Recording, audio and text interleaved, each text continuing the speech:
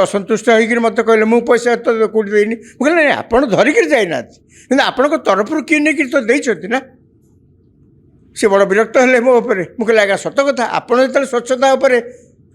आंदोलन करुले बर्तमान आपण पाली जिते पड़ा से तो यही मध्यम आपड़ जा जितले तेणु ये नुआ कथा कि नुहे कि कथा आम साधारण लोक आम कौतूहल होचु आमर कौतूहल सृष्टि होची केते टंका किए देले क्या देले केमती देले कहीं देले पुणी ये 1000 टंका नुहे लक्षर नुहे ये सब कोटी खाली से नुहे जहाँ आलोचना होची सबु शिविर रे कांग्रेस बीजेडी बीजेपी ये शिविर रे टिके टिके जदि जहाँ जहाँ सबू कथा होचंती जदि आपन कान देबे आपन देखिबे सेठी कोटिए 2 कोटी कथा भी कहीं कहूना 5 कोटी 10 कोटी 4 कोटी नहीं इतने टंका आम तो देखिनु एत टंका जीवन में आम एत कोटिए टंका सेटा थुआले केते दिसिबो यही केवल टेलीविजन अनेक समय जो विजिलेंस लोक रेड करती सी पुणी किसी लक्ष्य कोटी नुहे ये तो कथा पड़ी 5 कोटी तार सम्यक झल किसी प्रमाण आम पाखे ना कई जदि अपेक्षा करुँचे टंका कारबार हो प्रमाण कौन अच्छे आज्ञा किसी प्रमाण ना आम पाखे किसी साधारण लोक पाखे किसी ना आम जहाँ शुणुचु केवल से कहूँ आलोचना होती सन्देह ना केवल से नुहे टंका बाबद सामान्य झलक जो दिन इलेक्शन है भोट दान जो चलता से जड़े विधायक सी दलर अन्य माने केमती केमती आपको सन्देह करचंती जे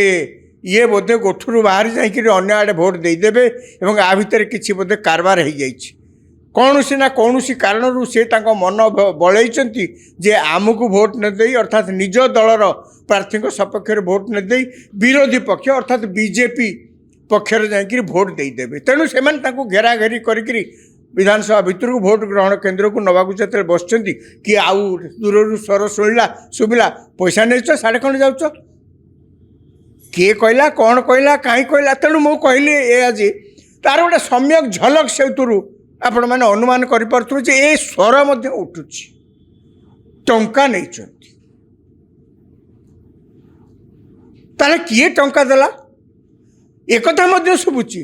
जहाँ साधारण भाव में कहुच्छी धरी नि जाऊ जो अनेक समय आलोचना प्रसंग में राज्यसभा निर्वाचन पूर्व एक कथा होता जे एथरे टंका कारबार किए करेंगे समस्त दृष्टि थला कौन ना जेहेतु बीजेपी जे 3 नंबर कैंडिडेट अच्छा समग्र टोटाल कैंडिडेट भितर 4 नंबर अर्थात दिलीप राय जे स्वाधीन भाव लड़ुंट सी जेहेतु शिल्पपति तांको पाखरे बहुत टंका अच्छी तांकर भोट मध्य कम अच्छी कहीं बीजेपी 22 खंड बड़का भोट थिला तांकर दुई जनकर 30-30 चलीगला 30-30 तो नुहे 29.41 भोट पाइबा कथा धरी नि जाऊ 30 खंड भोट चलीगला 30-30 चलीगला आउ तांकर बड़का 22 खंड नघट पड़ुची आउरी प्राय 8 खंड सुजीत कुमार मनमोहन सामल तांकर भोट चलीगला जेहेतु दिलीप रायकर 8 खंड आउरी नघट पड़ुची से ही जोगाड़े बाती थे पैसा अच्छी बोलिक जहाँ चर्चा होता किंतु आउरी एबे राज्यसभा निर्वाचन पर एक कथा चर्चा होची जे बीजेडी दलरू किछि उद्यम करा जाइथिला फल मिलिला कि न मिलिला से विषय तो आम कहीपरूँ एमाने टंका तांकर किछि बागी विधायक बोली कहुपे बा जो मैंने कथा को न शुणा अवस्था थिले सन्देह करा जाउथला किछि किछि तांको भोग देकिरी तांको स्वर बदलैवाई चेष्टा करा जाइथिला निज दलर प्रार्थी सपक्ष में भोट दबा पाई या भर आउरी गोटे कथा सब बेसी मन को आसुची कौन मिलिला निर्वाचन तो सरीगला क्या कौन मिलिला एवं ओडिशा कौन लाभ पाइब ओडिया लोक कौन लाभ पाइबे एथुरु जदि टंकार खेल कौन व्यक्ति विशेष विरोध में असंतोषर प्रतिफलन राज्यसभा निर्वाचन हुए कहवा कथा जे राज्यसभा निर्वाचन जदि कौन व्यक्ति विशेष असंतोषर प्रतिफलन हुए टंकार खेल बोली धरा जाए तो साधारण ओडिया लोक ओडिशा प्रदेश तादर कौन पाइला पुणी ये निर्वाचन किछि कम सांविधानिक पदवी होनी ये निर्वाचन होची भारतर पार्लियामेंटर अपर हाउस रो सदस्य हेबापाई राज्यसभा होची पार्लियामेंटर अपर हाउस पार्लियामेंटर ये अपर हाउस रो सदस्य होवापाई सब विधायक माने भोट देवार अधिकार अच्छी जहाँ को भोट दे पठेले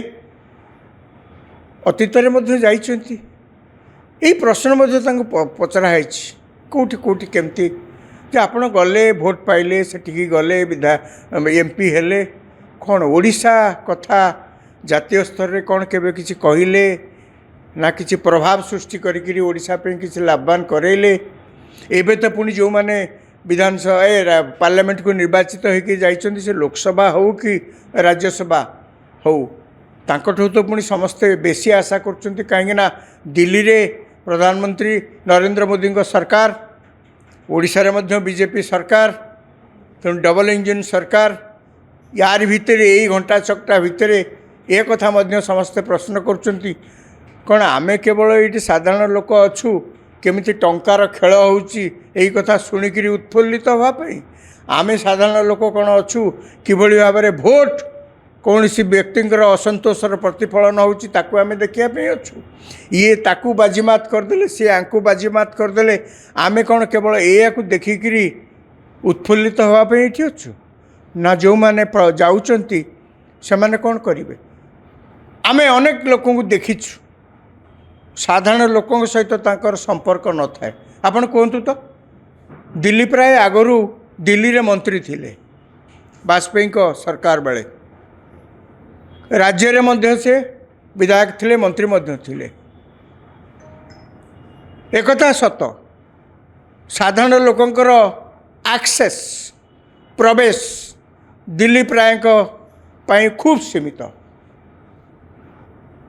वर्तमान आमर जो मुख्यमंत्री अच्छा सी कौन कहते जे मु लोकों मुख्यमंत्री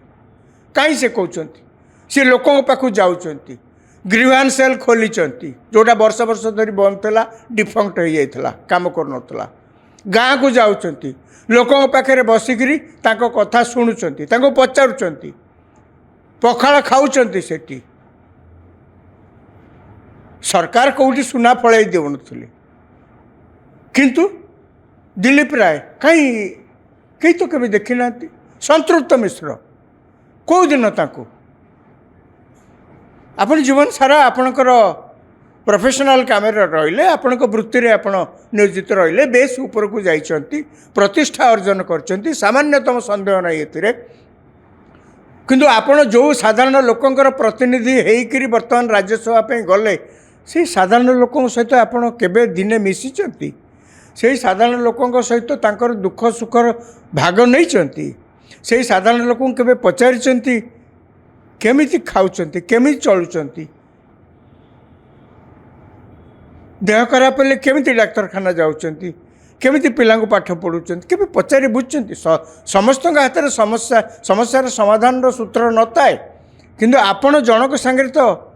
आपण भितर से भावनाटा अच्छी या तो पुणी साधारण लोक जानिबा कथा ये प्रश्न उठुची ताले आपण कहीं जीवे सेठी आपणकर की कार्य कौ काम पे सेठी आपण जाउचंती जदि जनप्रतिनिधि हेउचंती आ जनक सहित किसी संपर्क नहीं ताले की प्रतिनिधि हेले कहार प्रतिनिधि हेले कहा स्वार्थ रे प्रतिनिधि हेले राज्यसभा निर्वाचन पर जो आलोचना सब चली ये मध्य से आलोचनार आउ एक प्रसंग ये मध्य से आलोचनार आउ एक प्रसंग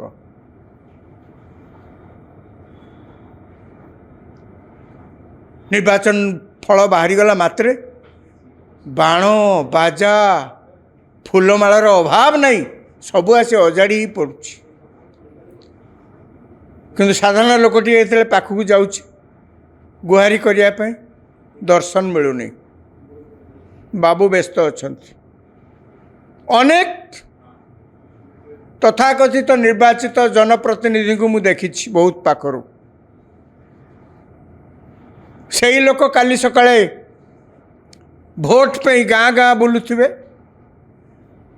ଥରେ ନିର୍ବାଚିତ ହୋଇସାରିଲା ପରେ ଏବଂ ପୁଣି ସରକାରରେ ଆସି ମନ୍ତ୍ରୀ ହେଲା ପରେ ଆପଣ ଯାଆନ୍ତୁ ତ ତାଙ୍କୁ ଦେଖା କରିବା ପାଇଁ। ସେତିକି ତାଙ୍କ ଭିତରେ ଏକଥା ନୁହେଁ ଯେ ସେ ଘରେ ଚୁପଚାପ ବସୁଛନ୍ତି, ଆପଣ ଗଲେ ସାଙ୍ଗେ ସାଙ୍ଗେ ଦେଖା ହେଇଯିବା କଥା। କେହି ସେ କଥା ମଧ୍ୟ ଆଶା କରୁନାହାନ୍ତି। କିନ୍ତୁ ସେମାନେ ଏଭଳି ଭାବରେ ଗୋଟେ କୃତ୍ରିମ ପରିବେଶ ତିଆରି କରୁଥିବେ ଯେଉଁଥିରେ କି ସେମାନେ ବହୁତ ବ୍ୟସ୍ତ। ଆପଣ ଗଲେ ତାଙ୍କ ଦର୍ଶନ ପାଇବା ତ ଦୂରେ ଥାଉ, ତାଙ୍କର ଯେଉଁମାନେ ସବୁ ଅଛନ୍ତି ତାଙ୍କ ଚାରିକଡ଼ ଯାକ ସିଏ ଆଗେ ଆପଣଙ୍କୁ ଭୋଗେଇ ଦେବେ। ମୁଁ ସେତେବେଳେ ଭାବେ କି ପାପ କରିଥିଲେ ଇଏ ଯେ ଆସିକି ତାଙ୍କୁ ଏମିତି ଆପଣ ଭୋଗେଇ ଦେଉଛନ୍ତି। ମୋର କହିବା କଥା ସେଇଆ। ଆମେ ସବୁବେଳେ ଅନୁଭବ କରିଛୁ କେବଳ କ'ଣ ଗୋଟେ କରିଦେବେ ସାଧାରଣ ଲୋକଙ୍କ ପାଇଁ ସେ କଥା ନୁହେଁ। ସେଇ ସମାନ କଥା ଆମେ ମଧ୍ୟ ଅନୁଭବ କରିଛୁ ଯେତେବେଳେ ଏମାନେ ନିର୍ବାଚିତ ହୋଇକରି ଯାଆନ୍ତି, ଏଡ଼େ ବଡ଼ ବଡ଼ ପଦବୀ, ସାମ୍ବିଧାନିକ ପଦବୀକୁ ନିର୍ବାଚିତ ହୋଇଯାଆନ୍ତି, ଆଉ ଓଡ଼ିଶା ବିଷୟରେ କୌଣସି କଥା କେବେ ଯେତିକି ଭାବରେ କହିବା କଥା କୁହନ୍ତି ନାହିଁ। କିଛି ଅଳ୍ପ କିଛି ମୁଷ୍ଟିମେୟ ନେତାଙ୍କୁ ଛାଡ଼ିଦେଲେ ବାକି ସମସ୍ତେ ଆପଣ ଦେଖିବେ ଏଥିରେ କାହାର କିଛି ନଥାଏ। ମୁଁ ସେଇଥିଲାଗି ଭାବେ ଆପଣଙ୍କ ମନରେ ମଧ୍ୟ ଏଇ ପ୍ରଶ୍ନ ଉଠୁଥିବ, ତାହେଲେ କୋଟି କୋଟି ଟଙ୍କା ଖର୍ଚ୍ଚ କରିକିରି ଭୋଟ ପାଇ ଆପଣ ସେଠିକି ଯିବାର ଅର୍ଥ କ'ଣ ହେଲା, କାହା ସ୍ୱାର୍ଥରେ? ଏ ପ୍ରଶ୍ନ ଯାହା ଆଜି ସୀମିତ ଲୋକଙ୍କ ମନରେ ଉଠୁଛି, ଏ ପ୍ରଶ୍ନ ନିଶ୍ଚୟ ଦାନା ବାନ୍ଧିବ ଆଗକୁ। ସେତେବେଳେ ସାଧାରଣ ଲୋକେ ନିଶ୍ଚୟ ପ୍ରଶ୍ନ କରିବେ ଯେ ଆପଣ ଯାଇଥିଲେ, ଭୋଟ ପାଇ ସେଠିକି ଯାଇଥିଲେ, ଏତିକି ସମୟ ସେଠି ରହିଲେ, ଆପଣଙ୍କ ଟେନ୍ୟୁଅର୍ ସମୟରେ ଆପଣ କ'ଣ କରିଛନ୍ତି ହିସାବ ନିକାଶ ଆଗେ ଦିଅନ୍ତୁ। ଯଦି ଆପଣ ହିସାବ ନିକାଶ ଦେଇପାରୁନାହାନ୍ତି ତାହେଲେ ଆପଣ ଆମ ଭୋଟ ପାଇବା ପାଇଁ, ପୁଣି ପାଇବା ପାଇଁ ହକଦାର ନୁହନ୍ତି। ଆମେ ଦେଖିବା ଆଗକୁ ଏଇ ଜନପ୍ରତିନିଧିମାନେ ପାର୍ଲାମେଣ୍ଟରେ ଓଡ଼ିଶା କଥା କେତେ କହୁଛନ୍ତି, ଓଡ଼ିଶାର ସୁଖ ଓ ଦୁଃଖରେ କେତେ ଭାଗିଦାର ହେଉଛନ୍ତି, ଓଡ଼ିଶାର ଯାହା ସାଫଲ୍ୟ ତାକୁ କେତେ ଜାତୀୟ ସ୍ତରରେ ପ୍ରତିପାଦିତ କରୁଛନ୍ତି, ଓଡ଼ିଶାର ଅଭାବକୁ କେତେ ଜାତୀୟ ସ୍ତରରେ ପ୍ରତିପାଦିତ କରିକି ଓଡ଼ିଶାର ଦୁଃଖ ମୋଚନ ପାଇଁ ସେମାନେ ଉଦ୍ୟମ କରୁଛନ୍ତି। ଏହାକୁ ହିଁ କେବଳ ଦେଖିବା ପାଇଁ ଆମର ଅପେକ୍ଷା ରହିଲା।